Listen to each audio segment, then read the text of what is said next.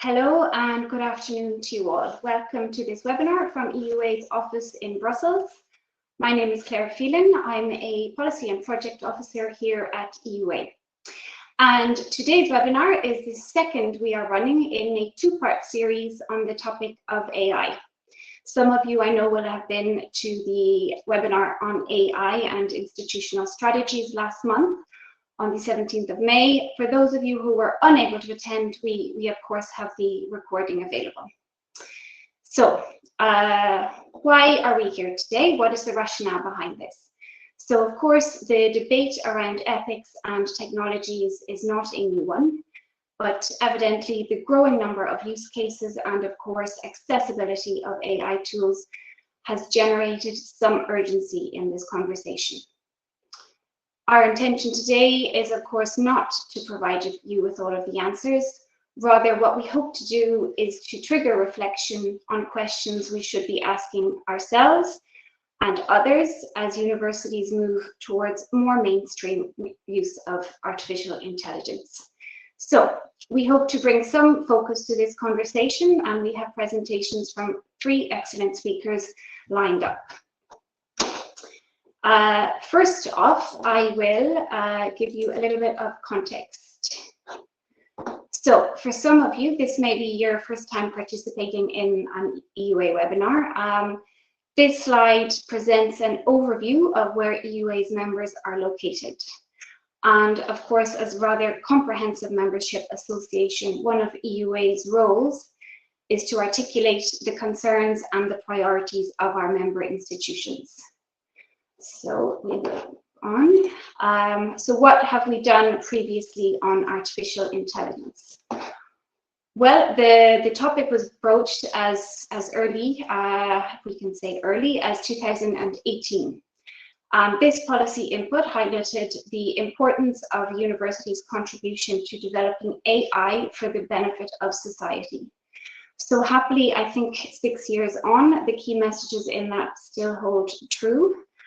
More recently then, with the advent of ChatGPT, EUA published a reaction to this in the form of a position paper. So effectively, this called on universities to encourage a culture of exploration, adaptation, and of course, continuous innovation in teaching and learning. The links to these are of course accessible via the slides, which you will have afterwards. So following on from this, later in 2023, we ran two webinars. The first was co-organized with the European League of Institutes of the Arts, that's ELIA. And we saw some very nice use cases here, and it was quite apparent that some of the arts institutions were a little bit ahead of the curve in integrating AI in education. Later on, we had a members-only webinar, which was focused on more on the policy side on AI and science. So that brings us to where we are today.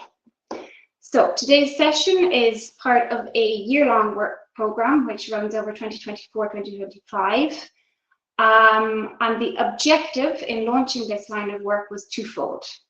We hope to provide a platform for exchange for our members, and of course, to establish from this line of work a kind of self-sustaining community who will lead the conversation on the development of AI in higher education research. So two webinars, we have some contributions to EUA's Expert Voice series, a couple of articles there, and more to come. So do keep an eye out. So to push forward, we'll have an online workshop in the autumn, very likely towards the end of October. And we will finish with an online conference next spring. So more detail on those events will be published as they begin to take shape. Okay, some practical points for today. As I said, we have three speakers with us. We're very much looking forward to their contributions.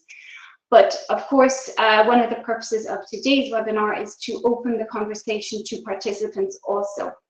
So for that purpose, you will see on your right, I expect a Q&A. So please address your questions to speakers there. You can do so almost immediately, I believe. And of course, if there is a question or comment that you see that resonates with you, you can vote for it so it moves to the top of the list. Okay, So I think we have a short survey just to a poll, even to initiate things, if Aurélie could launch that. So we're looking to gauge from this how advanced or how structured the conversation is in your respective institutions, and the conversation on AI and ethics, of course. Okay. So answer B, response B. So this is maybe predictably, we can see the topic is generating some discussion across the board. But as yet, those who are taking a more concerted approach are still in the minority. So it may be worth asking the same question a year from now, see how things have changed. But in the more immediate term, we're going to invite Halvard Fossheim from the University of Bergen to share his perspective. Halvard, as I understand it, you are in the process of developing a course in the philosophy of artificial intelligence. So I expect the question of ethics is probably quite high on the agenda. That is absolutely correct, Claire. Okay. You'll talk to us today about relating the basic research ethical principles to the ongoing developments.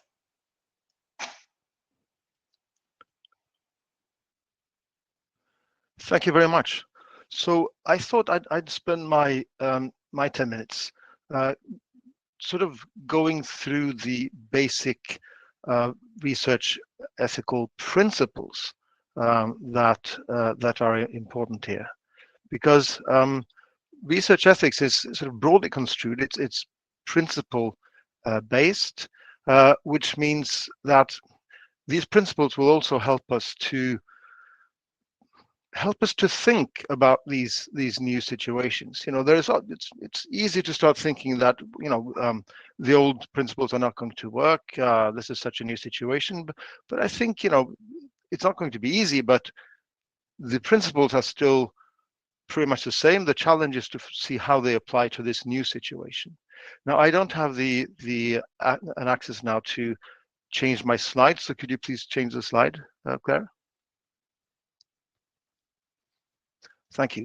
And the principles really are sort of all very basic. It's respect, consequences, and justice. These are the three principles when it comes to the interaction between researchers and the rest of the world, basically. And then there is the internal principle of integrity when it comes to how researchers relate to each other. And these are really good principles to think with, because they don't require any kind of sophisticated expert theory.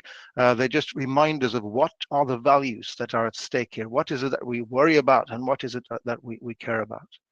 New slide, please.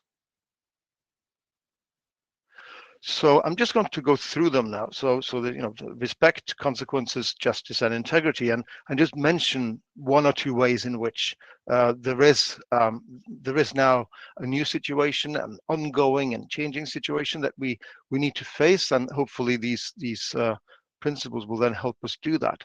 When it comes to respect for persons, the idea of having a say, people having a say in things that affect them, is sort of central to the idea of respecting persons. And we've seen some tensions and challenges with this already, going back in the day when we called this, talked about big data and not so much about artificial intelligence. But I think today the useful way of formulating part of the challenge has to do with transparency. Because it's easy for us to think of a relatively sophisticated AI as a kind of human-like intelligence, and it's really not. It's better to think of it as an alien intelligence. It doesn't carve the world at the joints the way that we do. It's really very, very alien, and that means that even the engineers who put these things together don't really know why or how they reached the decisions that they did. Typically, the larger, more advanced things. So whether it's about giving this person alone and not that person, or choosing this kind of treatment rather than that kind of surgery, or making this kind of judgment about pre-trial jailing, you know, these are all areas where you can use AI. One thing is the polarization of the threat to responsibility, but it's also the fact that we don't actually get a proper response as to why is this the good choice and that will be the bad one. As I've heard people who spend their days working on these things saying, you can ask it, but it'll just make stuff up. Basically, that's the situation. It's very difficult to get a proper answer, and so here we have yet another reason why we, at least the way the technology works today, with the deep neural network approach, we really have here an extra reason to take seriously the fact that responsibility needs to stay with us and not be sort of outsourced. Next slide, please. For consequences, there are so many things, of course, you could bring up, and I'm sure that each and every one of you is thinking about one or two things already. I just want to mention one thing that's been given quite a lot of attention lately, and that I think also is both fascinating and it's an interesting kind of topic, and it's this thing called the alignment problem, which has received quite a lot of press in the last few years, deservedly so. So the alignment problem has to do with two facts. The first is that AI, the way that it works today, it's not good at realizing the framework and the background and the conditions for any kind of prompt or request that it gets from us. And the other side of that coin is that we, as human beings, too, we suck at knowing what we really want, and that certainly we suck at knowing what we should want. So you put all this together and you get a kind of situation where there's a real risk of things taking a direction that we really don't want or shouldn't want. So there's a science fiction version of this story that's often spelled out in terms of paperclips, and that's you're telling your day after tomorrow AI to just make paperclips.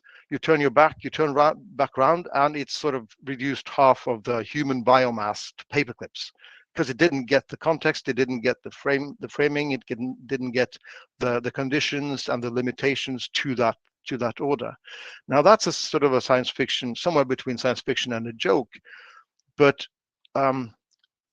what we do know is that since we have this issue of making informed requests and really knowing what are the limitations to a given order, and we also know that this is a very real problem for the way that the AI, even sophisticated AI, works today.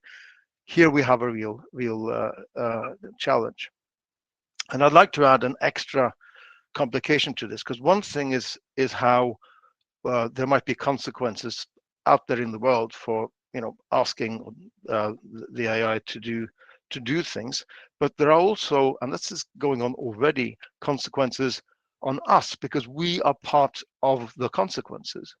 As anyone knows, if you interact with someone, that'll affect you. It'll modify you somehow. It's not easy to tell how, but it's the way it happens. That's because we're sort of dialogical beings. And that, of course, is also true when you interact with a sophisticated, apparently talkative or high level AI. Now, that's not necessarily a catastrophe, but it's quite obvious that it will have effects going back on us as well, modify the way that we see things, the way that we divide and think of the world, and the way that perhaps the way that we feel things. Exactly what direction this takes, it's not at all obvious, but it's something to be aware of. Next slide, please. Then justice is sort of the most fuzzy or richest and vaguest of all of these three basic external principles. And all of you, of course, are aware of the really ugly history of predictive policing, how problematic that has been. Basically, you have an issue with justice if you have two groups, because justice is usually about groups of people, and the practice that is set up makes those two groups come out very differently in a way that's not fair. And the groups could be identified in terms of age or gender or profession or ethnicity or geopolitical location or economic class or whatever. You have to really think about these things in order to even spot the bias that's there. It's also turned out, of course, even in the case of predictive policing, that behind the poor applications, there is a real problem. It's not only the AI, it is actually a difficult ethical problem to know what is the right answer for this kind of situation. But part of it is the good old thing that we know from times well before AI, namely the garbage in, garbage out principle, which has been quite important for other kinds of stories that most of you will have heard about. And when it comes to, for instance, picture recognition, that it can go on and identifying individuals correctly, and then just make errors that make us understand that it never really saw things the way that we do. Also, on a very general level, of course, there's always this fairness or justice relevant issue of the haves and the have-nots. This is not specific to AI. It sort of suffuses research ethics, but AI might, worst case scenario, heighten some of those issues. Then finally, and my final slide, if you'd shift. Thanks. Integrity. Now, integrity has to do with the way that researchers relate to themselves and each other, the sort of basic values that make research into research and not something else, things like honesty and so on. And of course, one thing that's crucial here, and that might be a little bit threatening in the semi-long run, is that part of integrity is knowing and being able to defend what you're doing. And the more we're sort of allowing AI, variants of AI, to do part of the research work for us, there is also a risk there of actually losing competences, of getting less good at stuff that we have been trained to do. And this could change quite swiftly from one sort of generation to the next in, say, a few years' time. Of course, today's students are tomorrow's researchers. So a simple thing like a literature search and finding out about that, it's sort of comfortable and nice to just set that out over to an AI. But we also need to think of this not just in terms of who's responsible, but in terms of competences. What competences do we risk missing or having altered or having outsourced? And how does that affect research itself and our own competences? Thank you. Thank you very much. I certainly took away a couple of noteworthy points from that. So essentially, the basic research principles, if you might say, haven't changed dramatically. It's about finding a way to apply these. Okay, good. Of course, there are questions in the chat, but we are going to come to them later on in the program. And for now, we're going to move to the next speaker, who is James Mackay from the European University in Cyprus.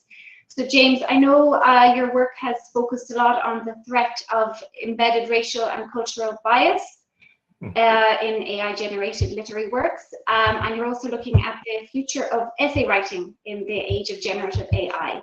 And I'm sure some of this research has turned up questions for you on the ethical issues of automated grading, which you'll tell us about today.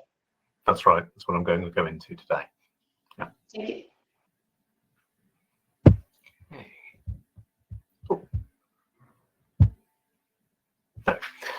Okay, so my focus today is narrowly on the idea of automated grading using generative AI, Gen AI, and how this can be approached institutionally and ethically. Due to my background, I'll concentrate on the type of work that we set students in literary studies, that's to say, essays written in response to open-ended prompts. Grading essay assignments like these necessarily involves holistically appreciating the style, creativity, and analytic skills that the student has used to defend a subjective position. And as such, I'd have said a year ago that a chatbot would find it hard to grade and give feedback. Increasingly, the evidence is that this is not the case. There are now dozens of private ed tech platforms that offer automated grading of essays as a part of their service. And while most of these are aimed at high school teachers, quite a few also state that they can grade to university level. However, while there are advantages to such specialist services, they're not needed for automated grading.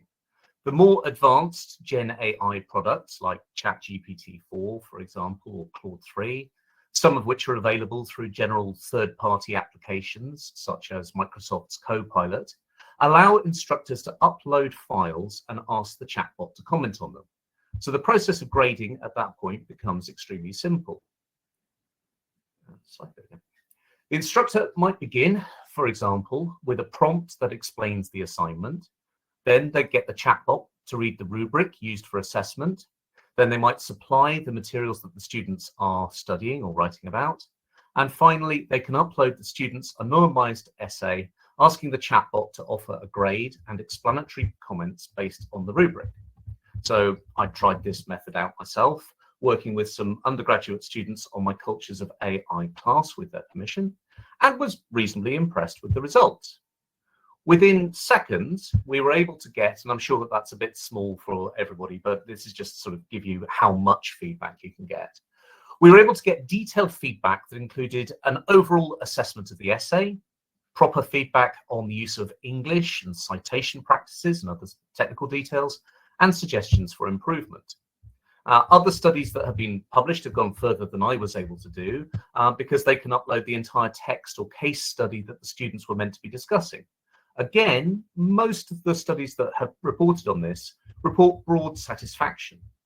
Interestingly, the studies that I've looked at, which are mostly more based in the social sciences or the sciences, report that instructors found the AI gave out lower grades than they would have done. I did not find this to be the case with English literature essays, though admittedly I was using a limited sample.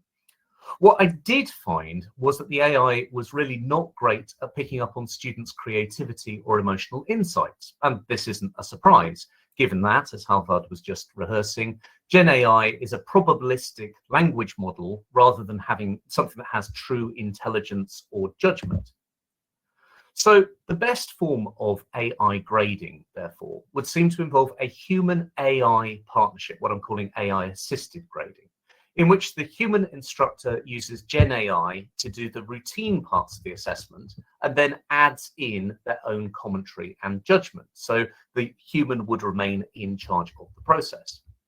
Although I don't upload student essays due to data protection concerns, I do already use a variation on this method. I will write my comments out in note form as I read the student's essay, and then use Gen AI to expand these into detailed feedback that fully explains even small stylistic elements in a way I'd never have time to do when grading a stack of essays towards the end of exam season. So the partially automated grading of even subjective essays now exists, at least in potential. And this may be a good thing. There are, after all, huge potential advantages. For example, generative AI does not get bored or impatient. It has no problem with writing endless versions of the same feedback, the same sentences. It's therefore likely that it will be sharp in pointing out repetitive errors and giving fuller explanations of specific problems than most human graders will be able to do. Gen AI is never tired or ill or stressed, factors that have been shown to impact on grading by humans. And at least superficially, although Halvard's already covered some parts of this, it's an unbiased judge since it lacks human emotions, though I'll come back to that. More, AI grading is extremely clear. It contains fully explained points that are easily actionable for students. When I prompted it, it was able to link assessment feedback to course learning outcomes, meaning that students could clearly understand the purpose of following its suggestions.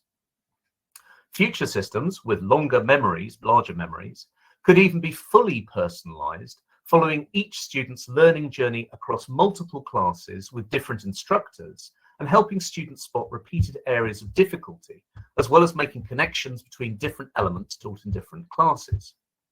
So that's the promise. Now let's think a little bit about drawbacks and dilemmas. The first of these, and in some ways the most straightforward, concerns privacy. Universities have a duty to process student data in a way that's transparent and maintains data security, and that right obviously is enshrined in GDPR.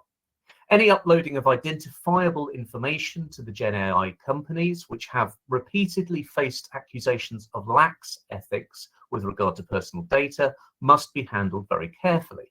Now, that would include even anonymized essays, especially given the ability of Gen AI to deduce patterns and spot connections.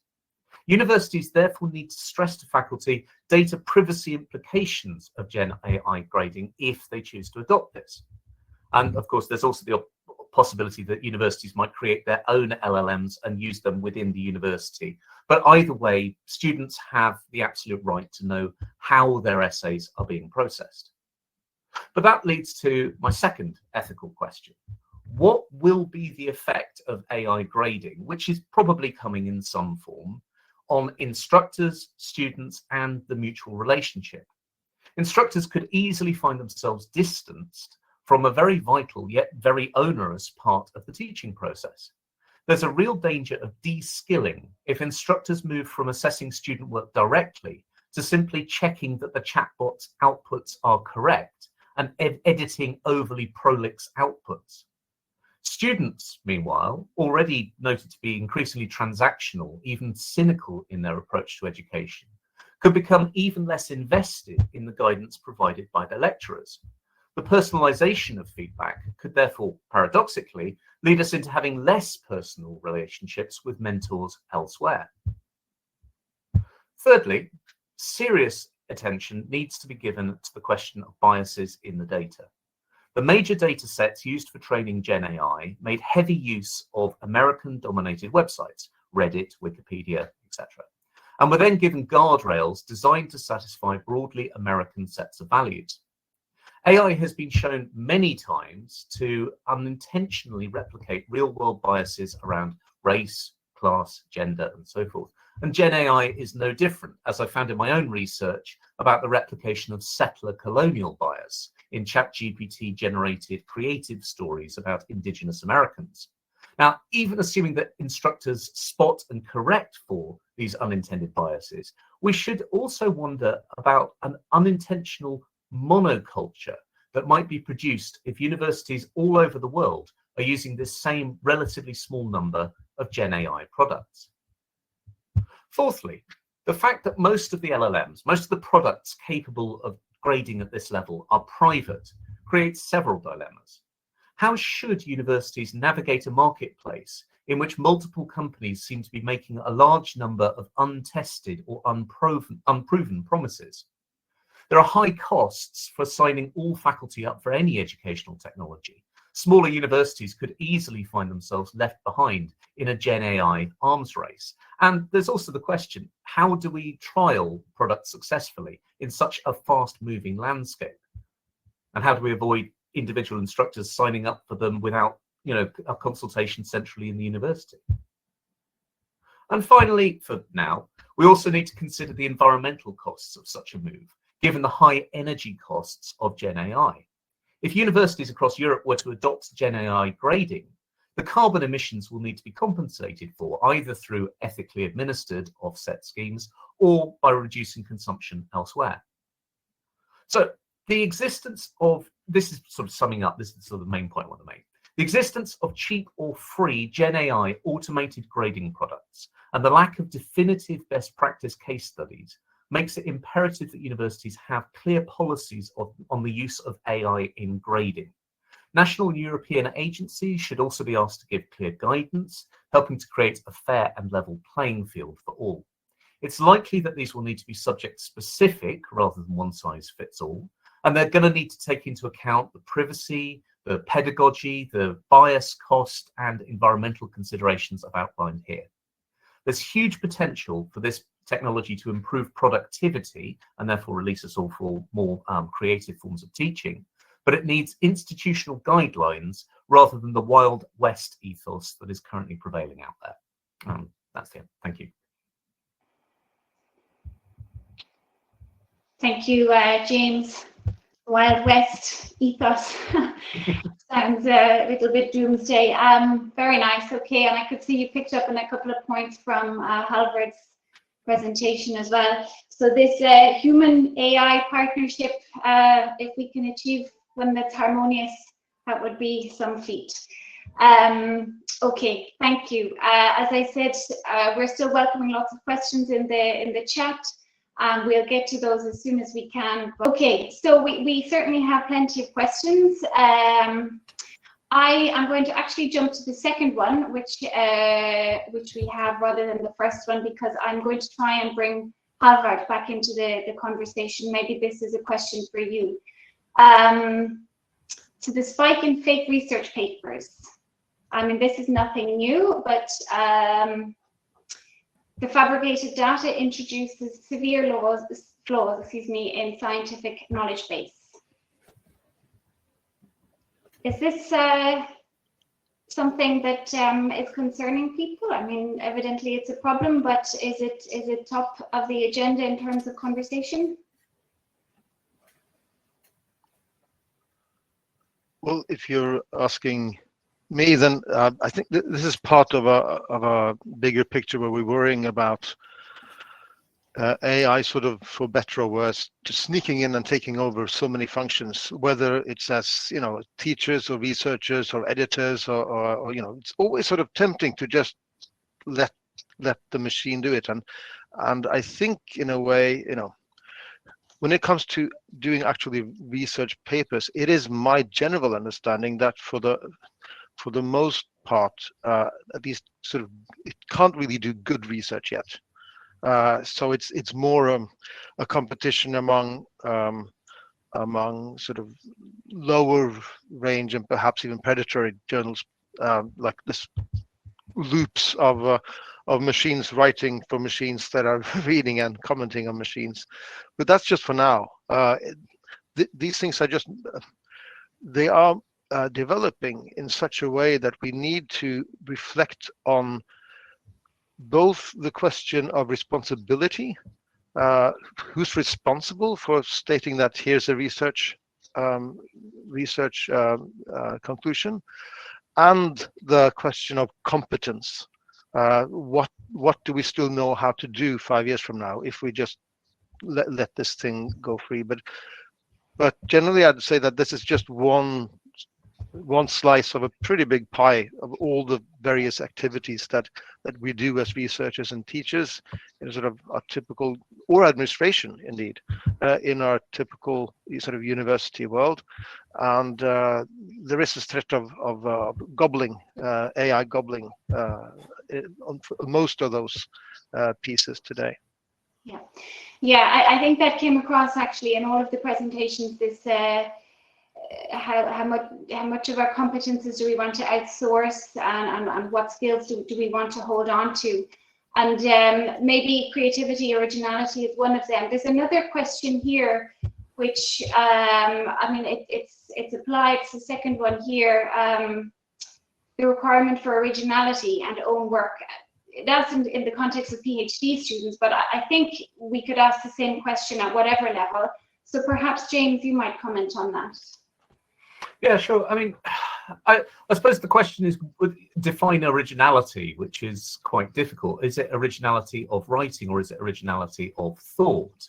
My own practice is now very much AI enabled. I will structure my own articles and I'll use generative AI to give me feedback on those. I used generative AI to help me structure the presentation today. It's a useful tool. I came up with the ideas, I came up with the research that went into it, but then I structured it using generative AI. I'm expecting that PhD students would do exactly the same thing increasingly. And I don't necessarily see that that's a problem in and of itself, although obviously with the ethical issues that the other two speakers have raised, there's a lot to bear in mind while supervising PhD students, and to watch for in terms of the influence of the technology on their thought. But ultimately, I mean, you know, let me take humanities PhDs. For example, you know, it's going to be their own thought that is going to be at the center of it. If it is anything else, then it is not a good PhD. So, and that is, as we've been emphasizing through this, that is how it has always been. It is not a change in ethics. It's just a new challenge. Okay. Yeah, I come back to Halvard's assertion in the opening presentation of how the consequences, and how ultimately the more we interact by these, the more we potentially are modified by them by interaction with the AI tools. Thanks for the response, James. I'll move along, and there's a question here which I'd like to direct at Gerolf. And it's, what would you consider to be essential content of institutional guidelines? So I know, James, you referenced a lot in need for policies around this, and I think the webinar we did last month was more focused on that. So for those of you who are interested, that would be a good watch. But I think we can address it, we can ask the question generally, sensitively issues to be addressed in looking at how universities adapt as institutions, as ecosystems, as partners, and what are the most sensitive issues to be addressed. Gerolf, would you like to give a first response? Yeah, I can start. First of all, I think I have some pointers in the summer read list that you might find interesting. There are quite a few studies recently summarizing what higher education institutions has done in this respect. And of course, I think we seem to cover mainly the same ground. One might say we are reinventing the wheel, but on the other hand, we also need to discuss this and embrace it in our own institutions. So I think it's sort of a two-way process, but generally speaking, there are a few rules that we have seen today that tend to come up, and these are sort of the essential things to cover. Okay. Maybe the others want to comment on that. Yeah, I would actually open the question or a similar question to James and to Halbert. I mean, there's a lot of questions. I would just kind of take the messages from the questions here and the conversations we've had. You know, people are talking about what is universities' role going forward. Is it up to universities to educate citizens to be responsible digitally? Is it up to universities to set the tone for change and transformation and integration of these tools? Please, James or Halbert, if you could give your assessment. Yeah, I mean, not so much a solution perhaps, but just pointing out some of the complexity of the situation. So one sort of axis that's complex here is that the technology that we access keeps changing. So whatever you set up as guidelines, the closer you are to the technology in your description of guidelines, the more likely are they to sort of not be relevant anymore next week. So there's a real issue there. On the other hand, if you go all the way up, like I did with, you know, just using the basic values and you don't spell it out at all, then it could mean anything. So you need to find a sort of the right height, as it were, in which to describe the field so that you can give helpful guidelines. And I think that's sort of one axis of challenge. Another axis sort of challenge or perhaps potentially a problem is that on the one hand, there is good reason to not think too much in terms of everyone having to have the same guidelines. We need to take seriously that various universities, various subjects, various traditions have not identical situations, and they perhaps not even the same words in which to talk about these things. And so there is a very strong reason to respect autonomy also in that respect. At the same time, we need to think about fairness too, and people do move, both students and faculty and administration do move from one institution to another. And if you just sort of, the way you're treated or what's allowed or not allowed, if that just changes completely when you shift from one subject to another, one university to another, as a student, for instance, that's a problem too. So I haven't helped out at all here. I'm just sort of pointing out some of the challenges that we're facing now. Just finally, one note, I think this rather recent EU guidelines on the use of AI, they're called living guidelines. I think that might be a sort of a step in the right direction. So living guidelines are supposed to be guidelines that keep being updated as the situation changes. And so if they manage to do that, that might be a sensible way to go, because then you can move closer to the ground and yet not be not be outdated so quickly. Of course, that costs more. It's more resource. It takes more resources to keep a thing going like that. But we may be at that kind of situation now that that's a wise thing to do. Yeah, yeah. I mean, you took the words out of my mouth there, because indeed, living guidelines is what people are referring to these days. You know, they need to be dynamic enough to be applicable across a range of scenarios. James, did you want to comment on that at all? Just very quickly, I mean, I was going to say that what you want is guidelines rather than rules, but it's the same sort of idea. What you do need, I think, though, is for the discussion to be happening. So the Times Higher Education Supplement today was saying academics are despairing at the number of GPT written essays that are getting submitted to them. Well, those are academics who I would suggest are probably not engaging with the technology and haven't taught the students how to engage with the technology. Unless we're having the conversations all the way from EUA down to department level, unless departments are setting guidelines, we are not going to actually, you know, help anybody. I'm not sure about the duty to citizens, but the duty to our students is very strong there. Okay. Okay, thank you all for your comments on that. I'm going to bring a final point, and the participant poses not as a question, but a point to consider. And it's one that we're going to develop a little bit more constructively, I think, as we take this topic forward. But it's should all universities require professors, lecturers to attend, I'm reading it now, annual training sessions? At Harvard, you mentioned resources and capacity. I mean, this of course takes investment, but James, you just referenced there, you know, the Times Higher Education Supplement and how academics are perceived. Is this something that would be a good idea, or is feasible or implementable? I think it's feasible, implementable, and essential. Okay, very neat. At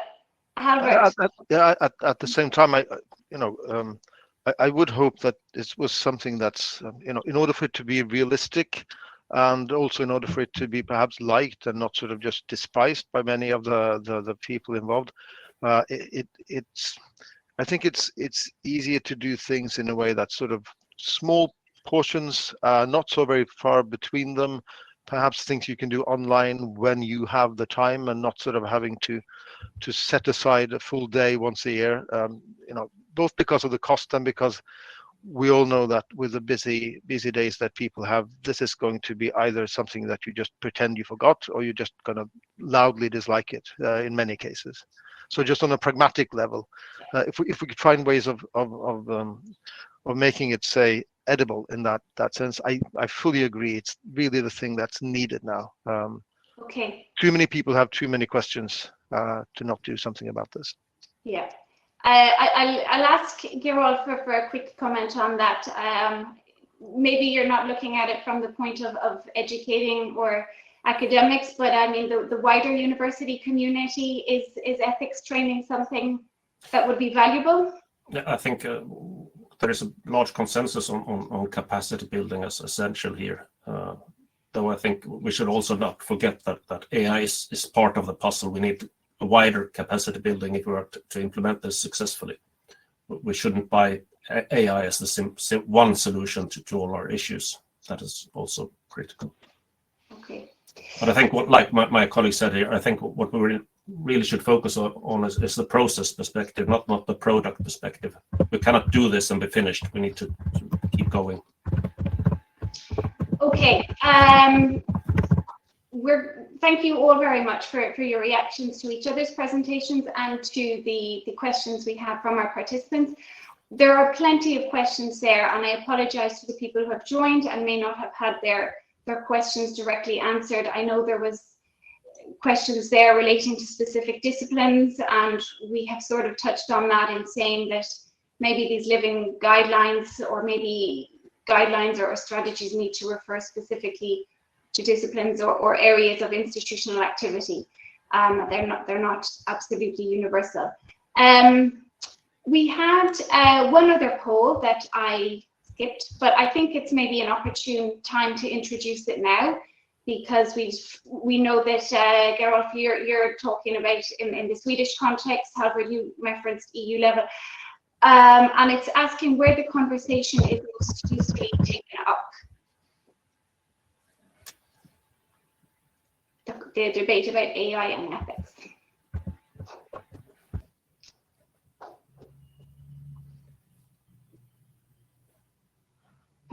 Okay.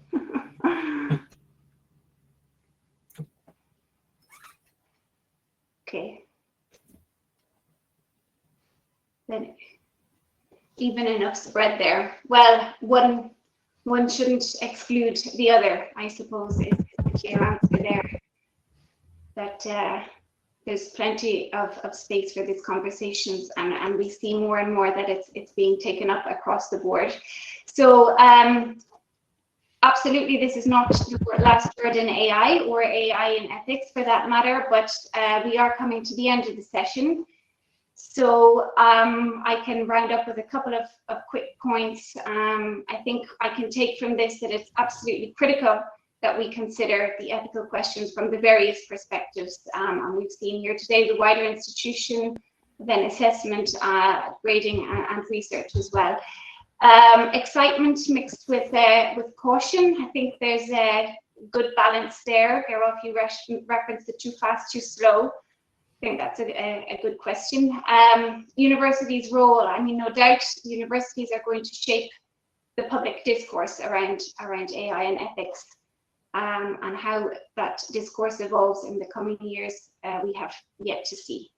I will thank you formally on behalf of EUA for joining us and for your contributions.